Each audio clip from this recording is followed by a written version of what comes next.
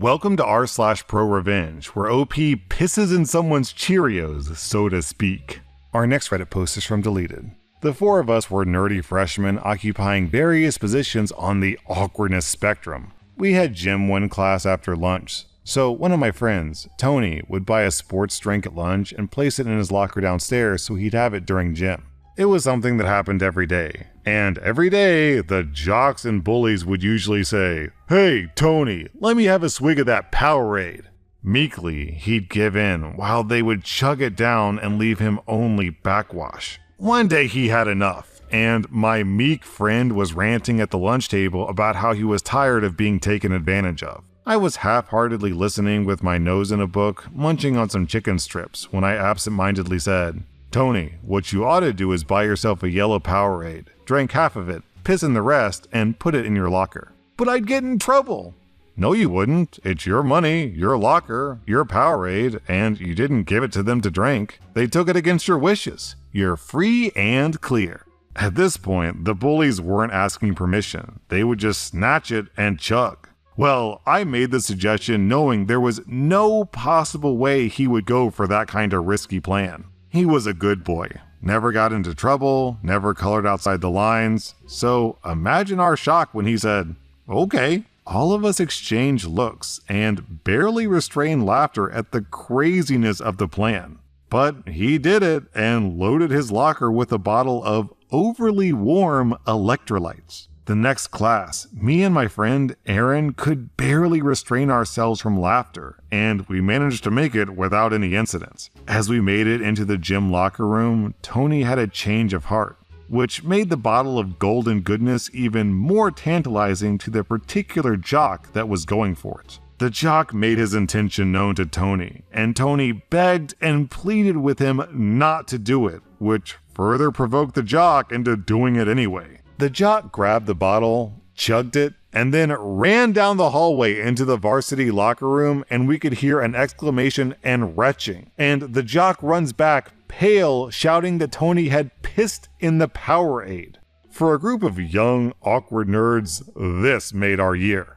Our next Reddit post is from Butter and Soyce. For some reason, God knows why, I thought I'd trust a very small and local credit union with some of my money. Recently, when my card didn't work at the ATM, I asked for help inside the branch, and a clerk gave me a code to use that would deduct cash directly from my account. This is a feature the bank has. I wasn't having special treatment. Fast forward a few days. It seems the bank system flagged my account for review because of some accounting error being late to deduct my balance. I didn't go on overdraft or anything. It was just a minor mistake from their side. And still, for over a month, all my funds were locked, and whenever I'd call my bank support, I was given snarky responses, sometimes even hinting that they didn't like my foreign-sounding name. When I spoke to my family back home to vent about the situation, a younger cousin came up with an idea. Use some Russian service that pays people a few Russian rubles, as in a couple of cents, each time to post whatever you ask them on social media.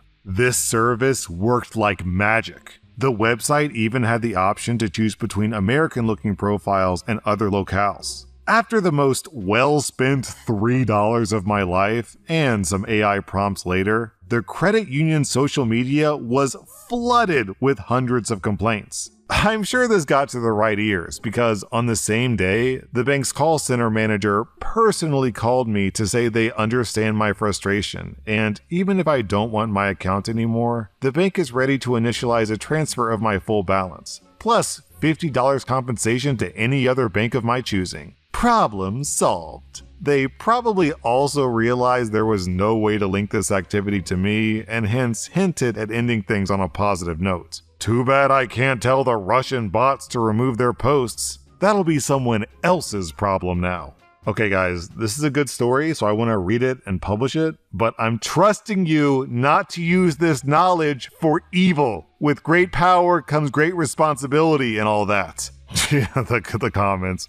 That's disgusting. Where could somebody find these cheap Russian bots if they so needed them? I want to know so I can stay as far away from that place as possible. Our next Reddit post is from Lime Cherry. I work with a client services center and do project planning and oversight. I have privileges and security clearances that even low-level management doesn't have. However, I have no authority to delegate tasks or make requests. This is important because a low-level manager can order me to pull client-restricted data they normally don't have access to. While these low-level managers have to go through their superiors to make this request, technically speaking, once the request is granted, they can continue to request the restricted access report. It's a loophole that one of the low-level managers took full advantage of. Introducing Tammy. She's one of 3 leads for our call center department. Tammy is very much your typical, sneaky, backstabbing B-word who has a chip on her shoulder for anyone standing in her way or getting what she wants. She made a series of requests to ask for 2 separate reports. Each of these reports would include half of a client's confidential data. By itself, these reports were intended to spot inconsistency errors that might fall through the cracks. For example, one would be show all orders placed between such and such time, and the other would be show all orders accepted between such and such time. Tammy was then combining the reports to get access to data that she shouldn't have access to. Tammy used this information to access client order pages and change data without the client's knowledge.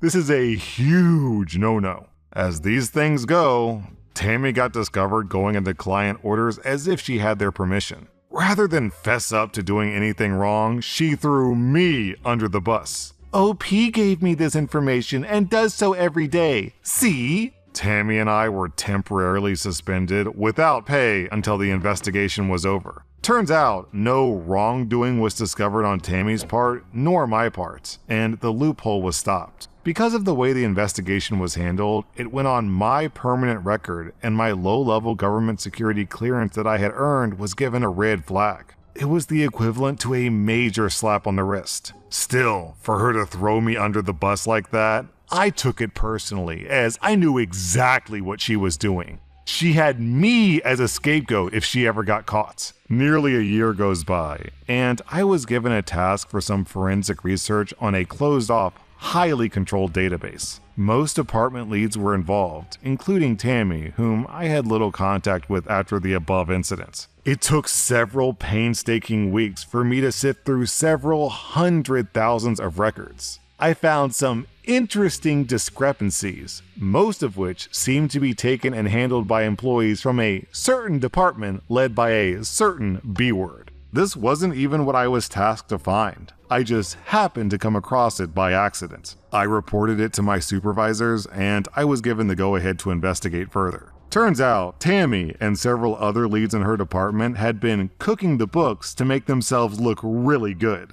Tammy's department was the top department for months on end because of this, and they even got bonuses and recognition. After presenting my findings, our compliance department concluded that several managers were fudging the dates to make their departments look better than they actually were. The result? One termination of a backstabbing B-word named Tammy. One demotion of a lead who knew of the deception but didn't say anything. The third lead had already left the company earlier in the year. I'm told that Tammy is also being sued for the bonuses and rewards that she earned under false pretenses. The bonuses were over $5,000, which could be grounds for grand theft. Our next Reddit post is from Morgoth the Great. Some years ago, I used to work for a major tech company. I had to move around floors a lot because I was in charge of the tech side of keeping the business running smoothly for those that had to communicate with customers, clients, etc. There was this one lady who was a bit of a problem and had a habit of being involved in a lot of terminations due to supposed harassment claims. I had to deal with her a few times a week, somewhat regularly. Now, I have some trust issues and generally view a workplace as a minefield.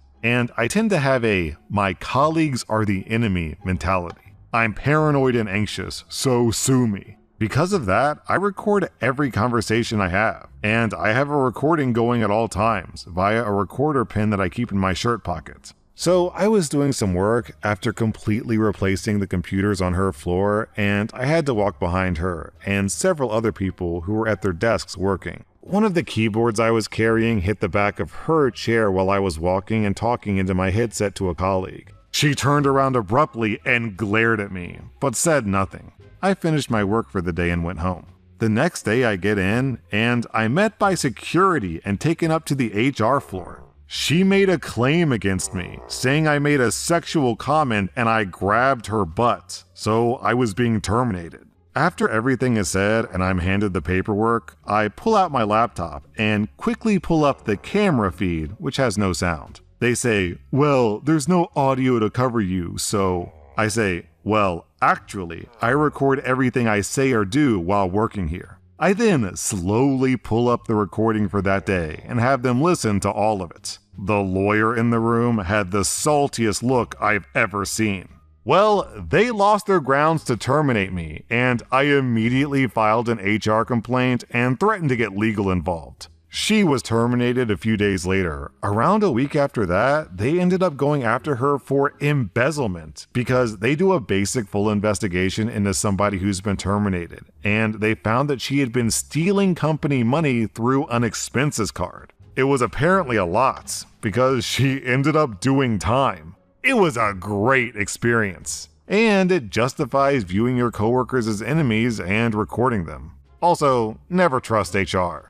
That was r/pro revenge, and if you like this content, check out my podcast where I publish the exact same episodes. Also, hit that subscribe button because I put out new Reddit videos every single day.